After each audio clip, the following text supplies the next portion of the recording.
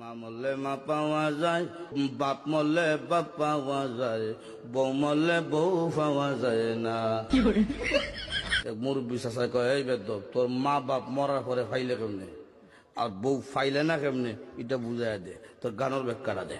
চাচা, আমার বাবা যেদিন মারা গেল, তুই আমার মাথার মধ্যে হাত দিয়ে কুসলেন, কান্দিস না রে বাবা, তোর বাবা মরলে তো কি হয়েছে, আমি তো আছি। আরো কিছুদিন পরে আমার মা মারা গেল।